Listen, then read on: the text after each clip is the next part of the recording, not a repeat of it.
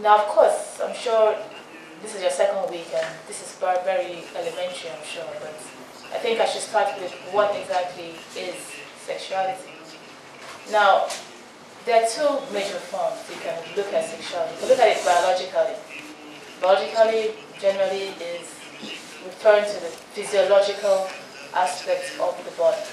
That includes medically the breast, the ovaries, the testes, the vagina.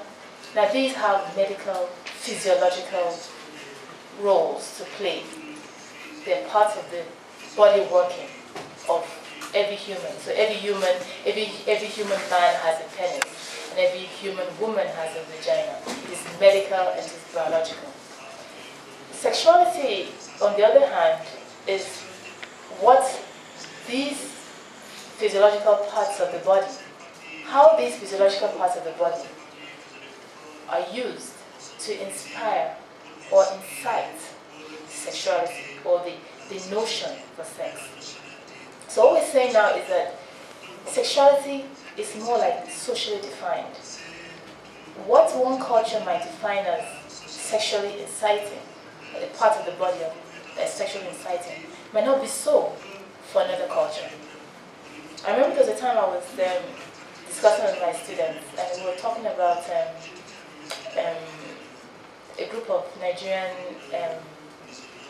women when they're coming out of the fattening room, and men are to look at things that will be inciting to them, that will attract them to the woman. And I asked the class, I said, which part of the body do you think would have been attractive to these men? And of course they mentioned from breast to hips. I said, no, it's the neck. And they said it can't be. What are they looking at the neck for? What is attractive about the neck? But that, for that society, is what they look out for. Like the Chinese, for them, a very sexual woman, they look at the feet. The smaller the feet, the more attractive the woman is. So what we're saying is that sexuality is not necessarily a physiological thing. It can be seen as a socially constructed phenomenon. It's culturally and socially defined. So it's not biologically defined, but culturally and socially defined. So what we're now saying is how the society defines these parts of the body as being sexually attractive as against another one. One of the lectures I had, one of my presentations was, I tried to prove that when pre-colonial African artworks, especially in the western parts of Africa, where carvings are made, a major theme is the African woman. And many of these African artworks present abstract forms of the body, and you have enlarging breasts. Now these enlarging breasts do not signify sex or sexuality, but rather signifies fertility and continuity. So what I'm saying therefore is that this does not mean that the African man was not attracted to the African woman, but rather at that time the breast was not seen as a sexual part of the body, but as a physiological thing, aspect of the body that was meant to nourish the future generation of that society. Now, currently, if you look at many mass media programs, especially this entertainment world, there's a lot of breasts hanging around, isn't it? A lot of breasts hanging around. But obviously, the meaning behind the breast are different. Pre-colonial Africa is wonderful, right? Pre-colonial definition, according to these visual representations, was not to inspire sex. But current display of the breast is aimed at inspiring sex. So that in itself proves that sexuality is not biological, but socially and culturally created. So public displays of sexuality may include dressing, speech, material enticements, body movements, with the aim of enticing or stimulating the act of sex or sexual intercourse. Now, public displays are different from private displays. And we'll continue now with, I will later on discuss differences between public and private sexuality. Now, public displays, as I said, include the way you dress, body space, speech. For some countries, some cultures, it's the eyes, the way you look, inspires sexuality. In some other places, it is the way you touch. There's what they call body space. Every culture has a space given to how close a body can be, especially male-female. Some cultures is very far apart. Some cultures is very close. Like the American culture, I mean, you can see a stranger and the distance may not be so much. But some African cultures, the body space could be several meters. That's why there's some African cultures, you see the husband in front and the wife behind, and the husband is talking to the wife behind, and she's talking to the man in front. So that body space is culturally defined. But this is different from private sexual displays, which is of course more intimate and could eventually supposedly lead to the actual sexual intercourse. Now, private is so private that of course many people don't venture into telling you what exactly happens at the private level. But private becomes public, especially in the African sense, when the man is seen as impotent. Then the woman shouts, "It's not my fault, I can't have children because this man is not producing." And in fact, many cultures allow the woman to divorce. And vice versa. This woman is not a good product because she can't bear children. So the private becomes public when there's this either impotency or lack of inability to bear children. Now, in relation to African sexuality, a number of literature link this to three major variables. And I try to break this down. The first one is lineage is more important than marriage. Polygamy as a male control over female sexuality. Childbearing as the aim of sexual intercourse. Now let me look at these three variables. Lineage versus sexual attraction. The ideology that lineage is of greater importance to marriage connotes the assumption that Africans engaged in relationships basically to strengthen the lineage or to keep it alive. In other words, relationships were based on ensuring continuity of the lineage. The man seeks for a wife, or the wife looks for a husband, not necessarily because they want sexual pleasure, but because they want to continue the lineage. So the concept of the lineage is stronger than the concept of relationship or sexual pleasure. So sexual attraction was secondary, especially in relation to the woman. That's the first. Secondly, polygamy. A man with several wives never lacked sexual pleasure and satisfaction, and it's the obligation of the woman to compete and ensure that the man is satisfied. Now later on we're going to look at, I'm going to show you a clip, I hope we'll have time, talking about the woman inside versus the woman outside in relation to sexuality. So what we're saying is that to ensure that this egotistical man, I'm sorry to say, is happy, and the lineage eventually is happy, the woman has to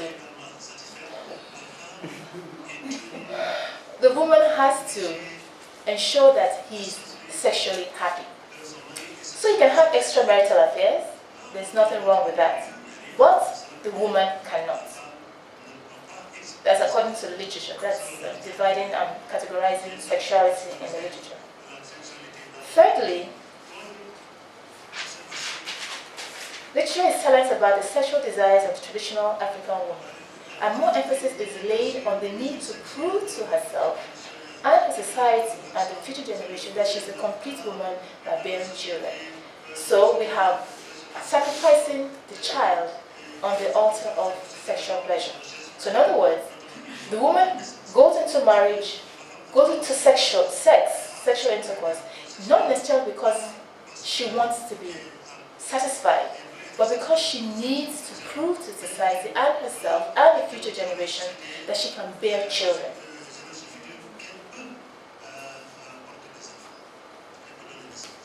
So these three categories are what the literature presents. And very little is said about what is the sexual desire of the woman. To the extent that one of my colleagues asked, did African women actually enjoy sex? They didn't. That was the conclusion. And it was a question that really pondered my mind. Is it true really that the African pre-colonial woman did not enjoy sex, did not seek for sexual pleasure? Was she just an object of male dominance, controlled by the lineage, controlled by the need to reproduce, to procreate, to satisfy the man? Is that really what the African woman was like sexually?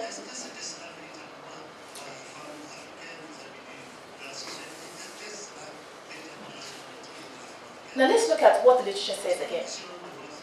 Now, Alfred, 2004, believes that the colonial European man feared the African woman's sexuality and questioned the African man's masculinity. So the colonial European man was afraid of the African woman's sexuality. In fact, the European colonial rulers felt that the African woman was oversexed. She was something that was mysterious. They feared her. And then they felt the African man could not control the African woman. So they defined the African man as less than a man. In fact, some literature defined him as a boy. Just a little bit better than a boy. Why? Because he could not manage this African female sexuality. Because at this time, the European man was able to conquer the European woman sexually. Of course, a number of things were used to conquer the woman. One of them was Christianity. The Bible says the woman must adhere to the man, must obey without question. And so the European woman was passionless and lacked sexual pleasure. But this was not what the African woman presented to the colonial government. So one of the ways they felt they could control this was by introducing Christianity.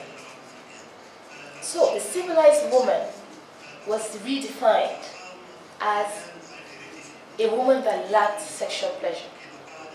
You shouldn't display your sexuality anyhow. It should only be displayed privately. And even at the private level, it should be within some refrain. You shouldn't, as a woman, you shouldn't just demand for sex. It's only the man that can demand. It is not civilized for a woman to ask a man for sex. So that was the notion the colonialists tried to, eventually, I don't know, I can't say about other African culture, but it's in Nigeria, especially the southwestern part of Nigeria. This basically worked. So we found that stigmas were given to women who displayed unnecessary sexuality. They were seen as either prostitutes, loose, and they found it difficult to actually get wives. So you find mothers saying, leave that girl, she's not a good wife material. Why? Because she's displaying too much of her sexuality.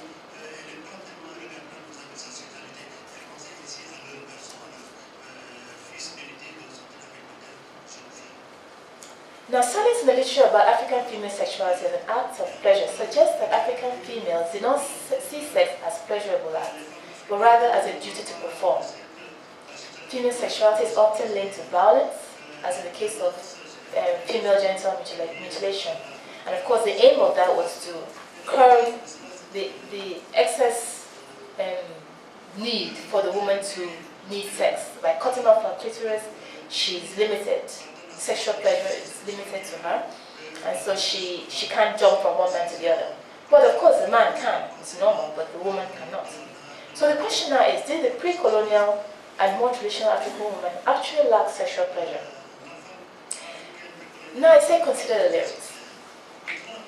I take my text from Diallo 2004 and Chilewa 2007, and they analyze literature, the lyrics of folk songs sung by women during marriage, female gatherings, childbirth, etc. Diallo was using the case of Mali women, while Chilewa was using the case of Igbo women in Nigeria. And both found, the reason why I'm taking these two examples is because they are from different parts of Africa. But both found that in lyrics, folk songs, that women actually expressed sexuality through their songs. They talked about male penis. They talked about female sexuality. They talked about how the woman can derive pleasure from sexuality, from sex, and how the woman can use sex to empower herself and disempower her men. So this actually brings to question, was a female pre-colonial woman, traditional woman, actually sexually starved without sexual pleasure? I think looking at the literature, the lyrics, might prove otherwise, because these lyrics would derive from the women, and when they sing these songs, men are absent. So it's like women talking to women, initiating themselves about sexuality, removing the men from that circle, and discussing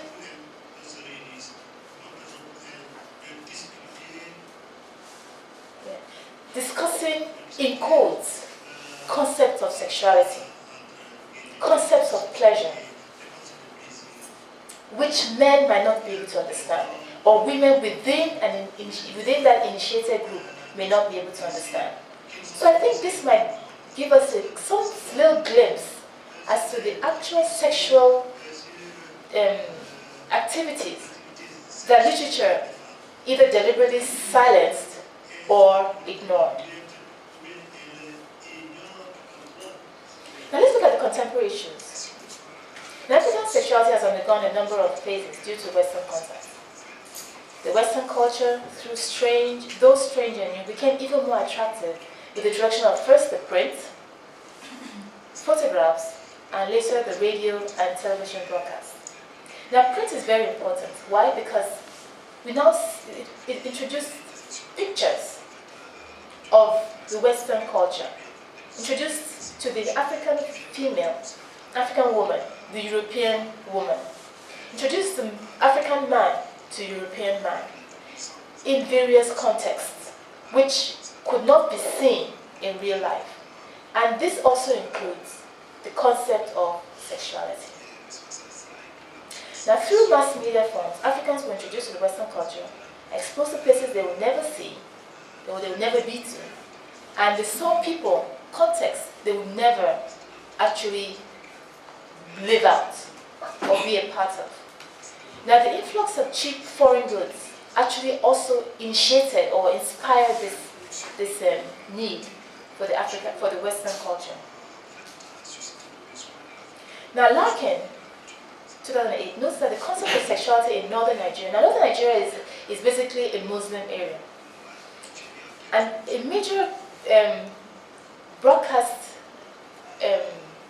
phenomena that happened in the north was the introduction of Indian films. Now, I'm sure you know that India, those days, the early Indian films, there was no kissing, there was a lot of singing, dancing, a lot of materialism.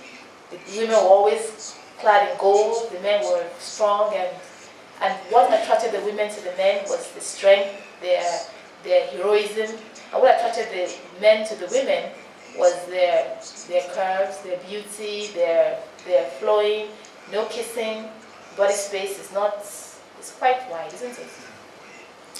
And while in the South, the major film attraction were American films. Of course, you can imagine American film, a lot of kissing, a lot of hugging. And this generally inspired the rate of sexuality. So in the northern part of Nigeria, we had where Indian films were more used or more seen. We had sexuality being hinged not on kissing, but on materialism, what do you call it now? Singing, beauty, words. While in the summer part, we had more of physical contact, kissing, and more expression of sexuality. Now this brings us to public displays versus private displays. Now Simon and Gagnon state that private sexual cultures grow within the heart of public sexual cultures, thereby creating social sexual patterns. In other words, it is from the public that the private is created. Now the authors go on to say that it's within this pattern that definitions of objects, subject identities, and schema are produced. So in other words, the society defines the sexual script. When we say sexual script, we're talking about the words, the appropriate words that are deemed to be appropriate when trying to initiate a relationship. So it's expected that maybe the man doesn't just come up and say, "Come and sleep with me." That is a no-no.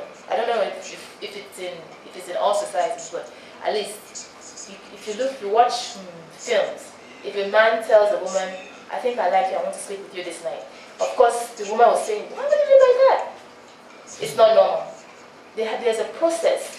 There's a process that it goes through, and that's what we refer to as the public script. There are some words, some things that are supposed to be said, and there's some responses that are supposed to be given before it gets on to the private. So at the public, the society defines this script that is played out. And usually there's a pattern. If you look at many films, there's usually a pattern. The man is attracted to the woman.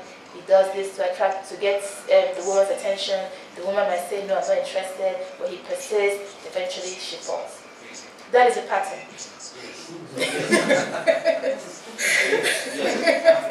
That is a pattern. Okay? Then we now go on to the private. And again, it's another pattern.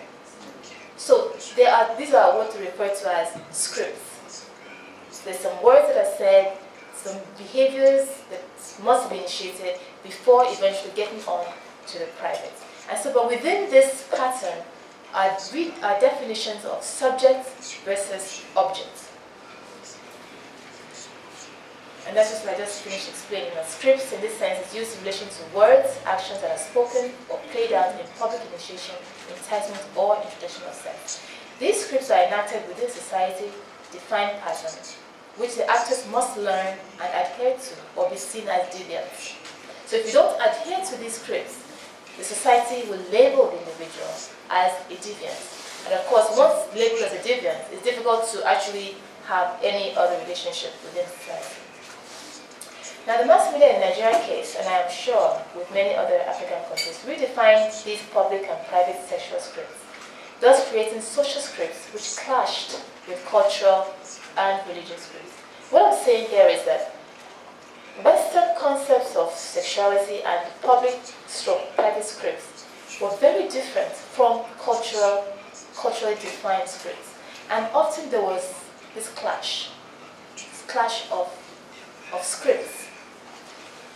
So in Nigeria, this created two types of public/private sexual scripts. One, scripts for initiating casual sex. Two, scripts for initiating marriage.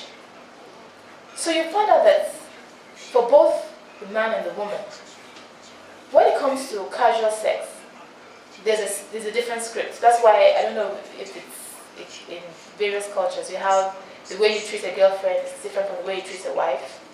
The way you seek for a girlfriend is different from the way you seek for a wife, and vice versa. The way you treat a boyfriend is different from the way you treat a husband. The way you seek for a boyfriend is different from the way you seek for a husband. So the scripts are different. When looking for a wife material, it's possible the man may be more subtle about the sexual part. Maybe try to emphasize more on beauty and right, men? When initiating relationship with a girlfriend, then you emphasize sexuality, right, men? And women, when looking for husband material, you try to be, well, sex is not the important thing. You try to be goody-goody, right, women? And when it comes to boyfriend, it's Well, yes, money and sex, right, women? So you can see that the scripts are different. The scripts are different. Now, through this initial presentation of sexuality through drama, stereotypes and of the ideal display of sexuality was projected. Major themes being the female body and mind. The major theme being the female body and mind presented as an object for male sexual consumption. In other words, many of these Western scripts projected through the media present the female as an object for male sexual consumption. That is the first, during maybe the 50s, 60s. See that the woman was seen as an object for male consumption. That is for male pleasure. That was the first phase. But today's contemporary view of sexuality has greatly changed. Now we have another stereotype being produced, and we have, and I'm quoting Rubin as quoted by Firestone, and he did say, "For the first time in our history, women are not just permitted, but exhorted to experience the full force of their sexuality, to take pleasure in its expression, to celebrate it publicly, rather than to conceal it as some private shame." So we see this, even within the Western media, there's a transformation. The women are no longer timid and shy and objects of male sexual pleasure. Now we see women being more forceful, emphasizing the fact that yes, we are female and we have a right to be sexually satisfied, which is very different from the films that were presented 50 years back. Now, Firestone believes that these stereotypes, as presented in adverts, soft sell, entertainment world, and drama, are exaggerated and destructive, projecting information that often contradicts the widely accepted generations about how women and men view emotions, sex, relationships, and childbearing, and how they relate in an intimate association. So what they are saying is that this new media image of female sexuality is a contradiction to the reality on ground, and that this new image is causing more harm than good.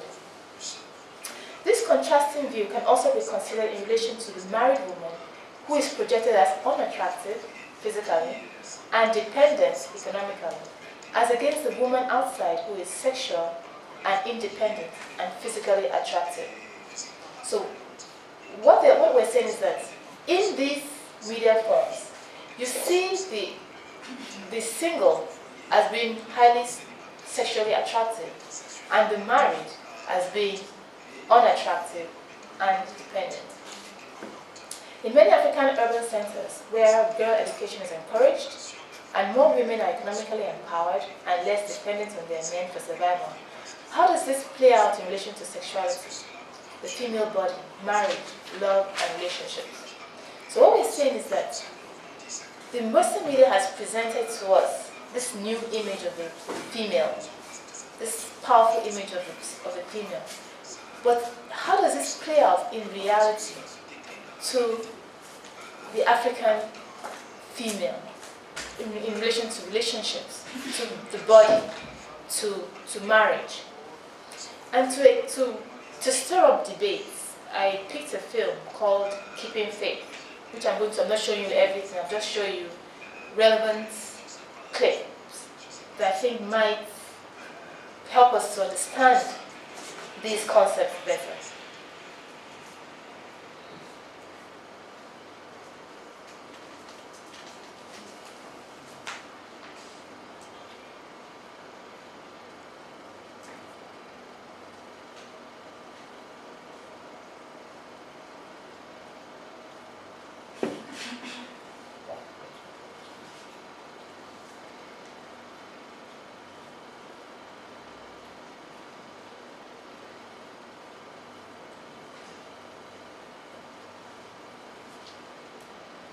I'm doing a lot of fast forwarding. Oh dear. Will you be able to hear it? Yeah.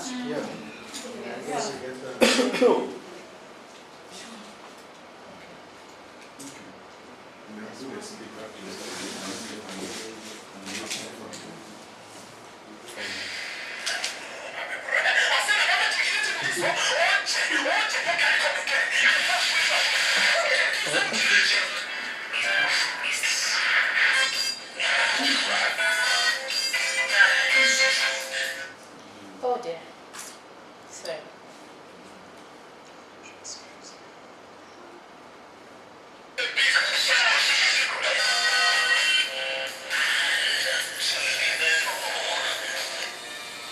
Now, here we're introducing a female character. She's a professional, highly educated. She's independent, strong-minded. She knows what she wants, which is, well, an image of some urban African women today.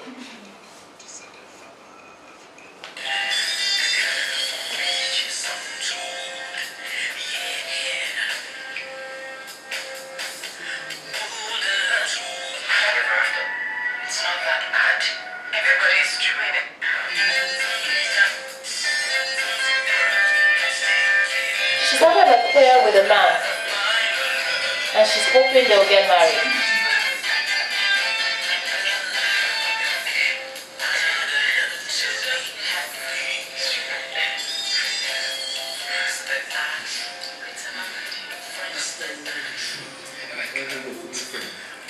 Can you hear it? Can you hear it? Can you hear it? Yes. All you have to do is ask. Besides, you know, if you want to come to this ambition, it is a wonderful opportunity. So you say it is.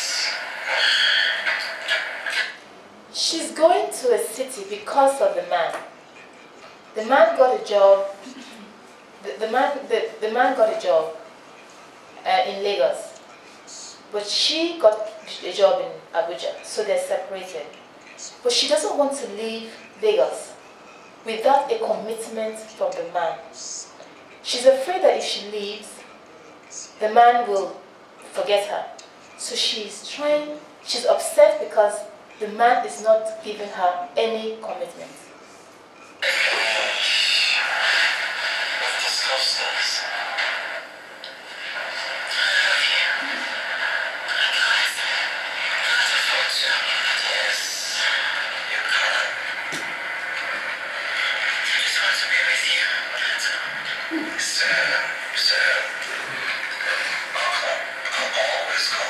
He's promising her I will call, and you can visit. She wants more. So do I.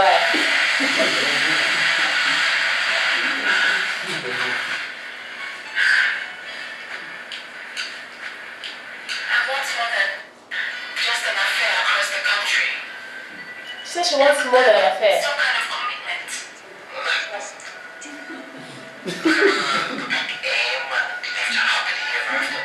It's not that bad. Everybody's doing it. Everybody is not us.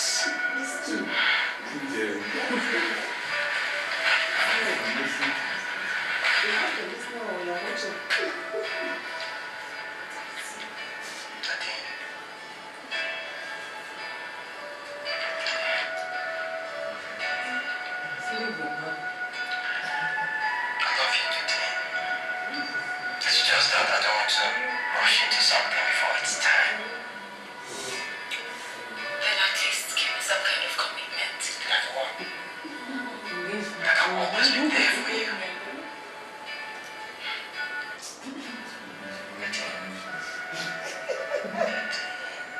Look into my eyes and tell me that you do not see that already. We're talking about scripts. He's saying the right words. Just finish this job. And we can talk more seriously about it. You proposing? Since the very day I met you. You never told me. You never asked. Alright. So then you can see that she has everything. She's independent. She she's educated, she's a professional, but there's something that she still wants more, and that is the man.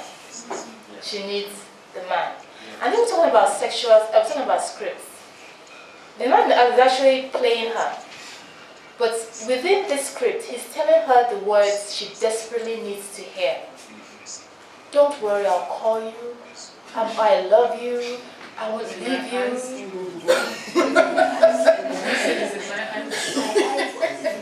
All right.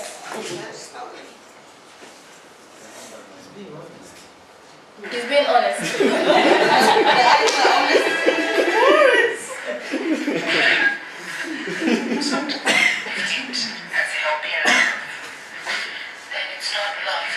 Now these are her friends. Now they're a group of friends. They're all educated. They're all professionals. And it shows 3 different levels of sexuality. This lady crying, she's having difficulties keeping a man. So she's really upset. The third girl has no problems because she's the woman outside. So we have 3 women now. The woman outside, the woman without a man, who nobody seems to be looking at her at all. And the main character, who is going through not being sure of she wants commitment. So here is this woman who is not having any proposal at all. So let's hear her story.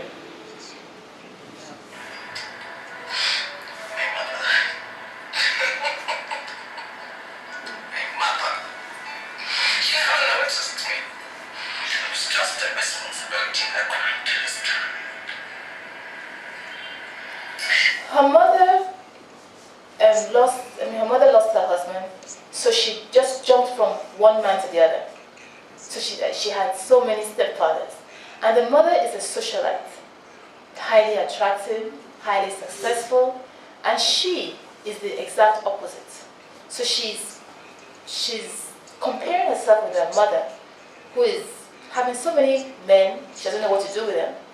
And she, as a daughter, has no man at all. And so she's just in a terrible fix.